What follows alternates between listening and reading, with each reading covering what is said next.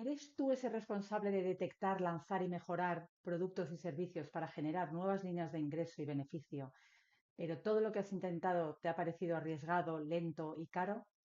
Hola, soy Alejandra, directora de ThinkUp, y déjame explicarte por qué eso no tiene por qué ser así. En el caso de Como Me Toque, un nuevo modelo de negocio de sorteos de pisos, conseguimos con 10.000 euros y una inversión para el piso de 200.000 tener nuestros primeros clientes en solo 7 meses desde que decidimos lanzarlo. O cómo ayudamos a Cultura Sin Fronteras, una empresa dirigida por empresarios reconocidos del sector musical español, al que hicimos una labor de consultoría por solo 8.000 euros y consiguieron captar una inversión de 7 millones de euros en solo 3 meses. Estos éxitos son debidos a que aplicamos el modelo de Business Simplicity, que tiene 3 pilares. El primero es enfocar el problema. No hacemos lo que nos decía Einstein. Einstein hace 1000 años nos decía que si tuviera una hora para resolver un problema, dedicaría 55 minutos a ese problema y 5 minutos a resolverlo. Pasamos muy rápido a la acción, pensamos y actuamos. Y encima nos enamoramos de nuestras soluciones, cuando lo que hay que hacer es detectar un problema que merece la pena resolver en tamaño y en dolor. Luego tenemos que pasar a modelar el sistema, es decir, el modelo de negocio. Del problema pasamos a la solución. Esa solución se conceptualiza, se define su alcance, las especificaciones y pasamos a desarrollarla. Pero no hemos pensado o pensamos más tarde en cómo vamos a entregar esa propuesta de valor y cómo vamos a capturar ese valor. Por eso, desde el inicio hay que considerar también estas dos cuestiones y eso es a lo que se le llama el modelo de negocio. Y por último, testar con hipótesis. Se suelen hacer muchos test de producto, A/B testings, pero ¿se están haciendo realmente con hipótesis? ¿Se están haciendo con el método experimental? ¿Sabes lo que es? Ahora pasaremos a describirlo. Hay que tener cuidado porque muchas veces o no se testa lo necesario y crítico o salen resultados que no son concluyentes porque no se han establecido esas hipótesis fundamentales. Los tests son cruciales para dejar de debatir internamente. Las respuestas están fuera, no están dentro de la empresa. Y eso es así. Entonces, en este vídeo te voy a explicar los principios para definir y validar si una solución de negocio es atractiva, viable y rentable en solo 3 meses con muy pocos recursos.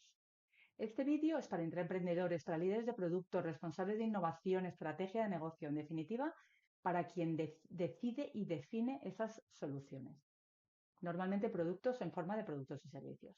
Pero no es para emprendedores, no es para profesionales autónomos y mucho menos es cuando ya estás desarrollando un nuevo producto o servicio, sino cuando estás empezando o estás empezando a pensar en cómo mejorar un servicio que ya tienes, perdón. Antes de mostrarte cómo puedes generar nuevos ingresos para la empresa, déjame contarte el proceso que pasamos antes de darnos cuenta que el modelo Business Simplicity es la mejor solución. Las empresas, lógicamente, piden una serie de requisitos y de documentos para aprobar un nuevo proyecto o un nuevo producto. Y todo suele comenzar en esa aprobación con un business plan. El business plan, los DAFOs y todas las herramientas de estrategia de negocio corporativa son muy útiles porque ayudan a pensar, a visualizar. Pero realmente un business plan nunca se cumple porque no tienes información y menos si te estás metiendo en un nuevo mercado, en un nuevo sector. Con lo cual, eso es útil, pero no era suficiente porque no está considerando el problema del cliente en ninguno de esos apartados que está pidiendo la empresa, ¿no? Luego entonces empezamos a aplicar Design Thinking, que es un gran paso porque considera al usuario y considera sus problemas, que hay que resolver de este problema. Y entonces pasa por una serie de fases hasta que prototipas y testas una propuesta de valor. Fenomenal. Pero es que eso, lo que estás diseñando es un negocio, es un modelo de negocio. Ese modelo de negocio no tiene solo que ser aspiracional o atractivo o irresistible, como dicen otros, sino que además tiene que ser idóneo para la empresa. Es decir, tus clientes se tienen que percibir como alguien legítimo para vender eso y además internamente tienes que tener el alineamiento, la convicción de arriba a abajo de que eso es posible, las capacidades, la tecnología. Ahora veremos todas las patas necesarias. Una vez vemos que eso es idóneo, pasamos a la rentabilidad, es decir, ¿el cliente estará dispuesto a pagar por este servicio? Eso es fundamental. ¿Tiene un margen sano que nos sirva de gasolina para que este negocio sea viable en el tiempo y sostenible? Y por último, importantísimo, entender la viabilidad técnica. tecnológica, legal, regulatoria, de compliance. Todos los factores que hacen que luego esto se pueda efectivamente poner en el mercado con éxito. Aquí os voy a dar 3 ejemplos. En el caso de idoneidad, hicimos un test en una de las empresas para las que trabajábamos, donde queríamos vender la batería de Tesla. Pues nos fue muy curioso porque los clientes no nos relacionaron para nada con eso, porque estábamos vendiendo energías fósiles. O como un ejemplo de rentabilidad. Lanzamos un servicio, pilotamos un servicio que sobre el papel estaba fenomenal y además nuestros clientes nos decían que les interesaba. Era sobre monitorización de consumos eléctricos y eso consistía en alquilar una serie de equipos y dar un servicio. Todo era muy barato, pero cuando lo lanzamos, después de todo el esfuerzo hecho de todas las unidades involucradas, nos dimos cuenta de que no había disposición a pagar por este servicio porque ya los clientes consideraban que es la empresa eléctrica la que debía pagar por ello, aunque era un servicio diferente, pero en su parámetro de expectativas eso no encajaba. Un ejemplo de viabilidad, pues por ejemplo, una empresa de seguros que nos contrató una facilitación y una asesoría y nos dimos cuenta de que diseñaban nuevos negocios que luego lanzaban, pero no podían dar la atención al cliente que requería este servicio. Eran servicios complicados, solía haber problemas, digamos, técnicos y los clientes se dirigían a la empresa. Esa empresa no tenía los sistemas, no tenía un CRM donde se viera la información básica del cliente y, por supuesto, mucho menos lo que pues se había llamado, había reclamado, nada de su histórico. Por lo tanto, daba igual lo que lanzaban, que esos servicios, si necesitaban una atención al cliente personalizada, no se le iban a poder dar. Luego, por último, logré implantar la metodología del Lean Startup. Esta metodología fomenta la experimentación en el negocio con un proceso muy ágil donde, para no tener esos debates internos, se involucra al cliente en la toma de decisiones. Pero no está diseñado para empresas que están creciendo o maduras, sino realmente está creado para startups. Entonces, vimos que era muy difícil implantar dentro de las empresas porque o tenían silos y no colaboraban entre sí y los tests tienen que ser de muchas cosas que afectan a diferentes unidades o áreas de negocio. Luego otras veces vimos que no había capacidades o recursos, no se entendía el método experimental, tampoco había una cultura de experimentación, estaba mal visto experimentar y fallar. Y otra que era bastante frecuente y era que había un miedo a testar ciertas cosas porque ya habían desarrollado cosas y se testaba de manera que se invalidaba, entonces eso se iba a retroceder o se iba a caer ese proyecto. Y a veces también ocurría que había falta de tiempo en el testing porque nos habíamos precipitado en el desarrollo. Entonces veíamos que lo importante para los equipos era decir que habían hecho un test, pero de esa manera no garantizaba éxito y además se creaban productos basados en opiniones muchas veces inconcluyentes o sesgadas. Todo esto lo he vivido en muchísimos tipos de empresas durante más de 20 años, en banca, en farma, en energía, en telco, IT, fundaciones inmobiliarias, y ahí aprendimos lecciones muy valiosas que nos fueron desvelando las claves de las soluciones de éxito. Y así fue como entendimos por qué las empresas tienen una tasa de fracaso tan alto en innovación y, por tanto, un bajo retorno de la inversión. Por lo que necesitan otro modelo para lograr generar rápido y sin riesgo nuevas líneas de ingreso.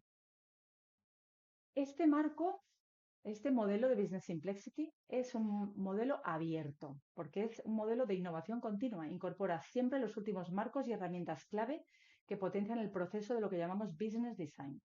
Y eso lo hacemos con gurús como Lean Startup, que son pioneros en innovación continua, o Sean Ellis y su metodología de growth hacking, que ya lleva muchos años, o Basadur, que son líderes en la resolución de retos complejos, entre otros. Y por supuesto, este modelo es muy interesante porque utiliza la inteligencia artificial generativa como herramienta para agilizar más este propio proceso, pero también evaluaremos su encaje como parte del servicio. Es decir, este modelo es un modelo aumentado de diseño de productos y servicios. Y ahora sí, vamos a pasar a los 3 pilares de acción. Bien, el primero es enfocar el problema. En la mayoría de las empresas se lanzan a definir la solución basado en un problema de la empresa. Por ejemplo, han caído las ventas, tenemos que bajar precios. O este producto necesita financiación, los clientes no pueden pagarlo. Se nos caen muchísimos clientes en el registro. Hay que disminuir el número de fases o de páginas, ¿no? Si es un producto digital. El problema es que para que la solución esté definida, se necesita entender el problema del cliente, no solo el problema de la empresa.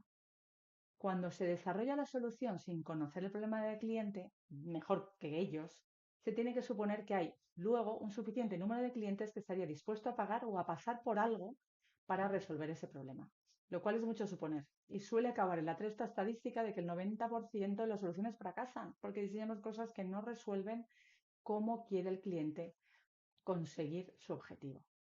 En cambio, este modelo empieza por el problema de la empresa, de ahí persigue entender cómo quiere resolver su problema, necesidad o aspiración.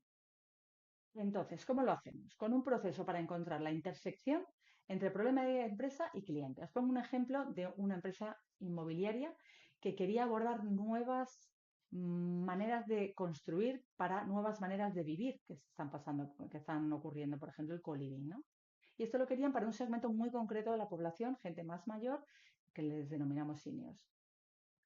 Los pasos para hacer esto son los siguientes. El primero, para definir el problema, hicimos investigación generativa y detectamos problemas reales, aspiraciones inesperadas. Luego pasamos a la detección de hechos, es decir, qué tamaño de mercado, qué tendencias hay y qué maneras de vivir, qué fricciones hay. Ahí nos encontramos muchos problemas de cómo gestionar patrimonios o la parte financiera, ¿no? Es decir, buscábamos evidencias que sustentarían que ahí había un volumen con poder adquisitivo suficiente.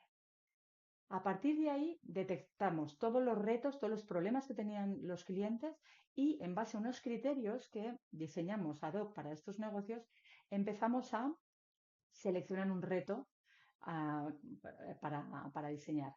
Y ese reto luego buscamos en equipo soluciones para poder resolverlo. Y de ahí salió una de las oportunidades de negocio para hacerlo. Luego ya pasaríamos al concepto y al modelo de negocio. Esto parece un proceso muy largo, pero no lo es. Lo hicimos en 3 meses. Y además, si no tienes el equipo, lo podemos hacer como parte de tu equipo. Y no es caro porque va muy al grano de lo que necesitas hacer y conocer. La mayoría del conocimiento está muchas veces en la empresa si eso no es una cosa muy disruptiva y fuera de su core business.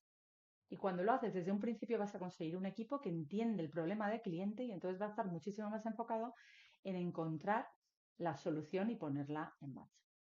Vamos a pasar al pilar 2. Esto es lo que el 99,9% de los líderes de producto piensan, que su trabajo es modelar o definir el producto o servicio. Definir el producto o servicio se centra en la famosa propuesta de valor, que es fundamental, pero ¿qué hay de cómo se entrega y captura el valor? Y aquí hay dos problemas. Si nosotros definimos, hemos pasado del problema a la solución y estamos definiendo esa solución. Imaginaos incluso que el problema está bien definido y la solución parece que tiene visos de resolver ese problema. Muy bien. Nos ponemos a desarrollarlo. Entonces, nos ponemos a desarrollarlo, pero no estamos pensando cuando desarrollamos el producto en cómo se va a poner en el mercado y cómo se va a capturar ese valor. Nos ponemos a desarrollarlo y en paralelo, ¿qué va a pasar? Que va a haber otras unidades como finanzas, marketing, venta, atención cliente, que lo tendrán que poner en el mercado. Entonces, claro, cuando empiezan a pensar sobre ello, dicen, uy, aquí esto no encaja muy bien con la operativa de la empresa, ¿cómo vamos a hacer esto? Hay que desarrollar muchas cosas. Eso a lo mejor no se ha tenido en cuenta en los costes que va a llevar asociados, ¿no? Entonces, esto, ¿qué pasa? Que resulta en fracasos, desalineamiento y a veces, y lo hemos visto, en abandono de proyectos. Entonces, hay un ejemplo, por ejemplo, que vimos. El nuevo servicio se dirige a un segmento de cliente que no tienen y, por tanto, no hay base de datos para contactarles. O atención al cliente se da cuenta de que el canal de atención debería ser otro muchísimo más personalizado que no tienen. Y eso implica tener que desarrollar. Para que esto no ocurra, lo que hay que definir o modelar desde el inicio y con todo el equipo que va a tener algo que decir a futuro es todo ese sistema de creación, entrega y captura de valor, no solo el de creación de valor o la propuesta de valor. Es decir, hay que modelar, hay que conceptualizar el modelo de negocio, que es una serie de piezas que todas juntas tienen que tener coherencia, porque si cambias una, todo ese modelo va a cambiar. Entonces hay que decidir siempre y desde el principio cómo ponerlo en el mercado y asegurarse de que sea rentable.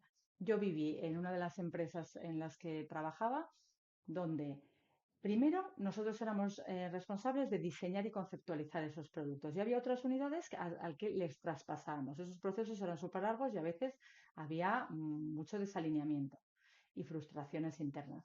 Luego se decidió que nosotros también hiciéramos todo el lanzamiento, lo cual, ¿qué pasó? Que hipotecó a todo el equipo a tener que lanzarlo, que era un proceso súper a medida y difícil, ¿no? Y al final, ¿qué se decidió? Hacer equipos con objetivos de diseño y lanzamiento de producto transversales dentro de sus unidades, es decir, equipos completos y multidisciplinares que hicieran toda esta conceptualización y luego, por tanto, la implantación era muchísimo más rápida.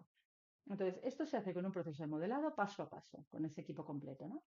Entonces, primero partimos de un problema que merece la pena resolver en tamaño y en dolor, para contestar esas preguntas incómodas de por qué estamos yendo ahí, por qué estamos yendo a ese cliente y si hay volumen de mercado que lo soporte. Luego definimos la propuesta de valor, le metemos el filtro de idoneidad y pasamos por la rentabilidad, luego go to market y por último la viabilidad. Es decir, existe la tecnología, tenemos los procesos operativos, cumplimos el marco legal, perdón, regulatorio y tenemos el dinero, las finanzas para hacer esto posible. Muchos equipos testan, pero lo hacen desde lo que pueden y suelen hacer y no lo que es crítico testar. Y pasamos al pilar 3, que es el de testar con hipótesis o, dicho de otra manera, con un método experimental. El problema es que se testan cosas muy puntuales, que suelen ser fáciles de implementar, o productos completos donde hay tantas cosas que estás testando que el resultado es muy variado y difícil de interpretar. Así, después de esos test se toman decisiones en base a cómo se ve el vaso, medio lleno, medio vacío, al sesgo que tengamos, pudiendo argumentarlos a favor o en contra, ya que lo que se busca es la valoración o la validación, digamos, positiva. Y esto es súper peligroso porque se van componiendo un montón de decisiones testadas opuestamente que van multiplicando la tasa de riesgo de la solución en el mercado.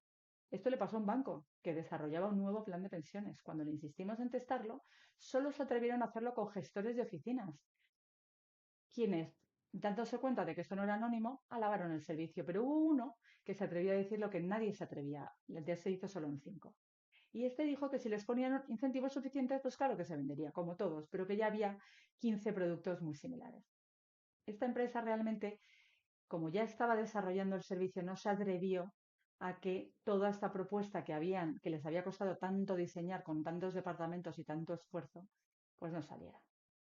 Asegurar este proceso de método experimental consiste en tener un equipo completo que sea capaz de detectar hipótesis, de definir un test donde se seleccionen esas hipótesis de más riesgo, donde se seleccionen los periodos, el tamaño de clientes, el canal y medio, los formatos, que además sea medible. Es decir, tenemos que tener unos criterios de decisión, definir qué va a ser éxito, ¿vale? Analizarlo para luego obtener unos resultados y volver a hacer el siguiente experimento. Este es el método experimental y es continuo. ¿Cómo se testaría todo este modelo? Primero se testaría el encaje entre el problema y el cliente. Si eso se valida, pasaríamos a testar el encaje entre el problema y la solución. Y por último, ya se hacen testing mucho más, digamos, específicos de cada una de las partes de rentabilidad, go-to-market, viabilidad, donde se están testando, digamos, aspectos de la venta. Si crees que este modelo puede ayudarte a lanzar mejores servicios rápidamente y con mucho menos riesgo, debajo de este vídeo te he dejado un botón donde puedes pedirnos una cita y ver juntos cómo esto puede aplicarse a tu negocio.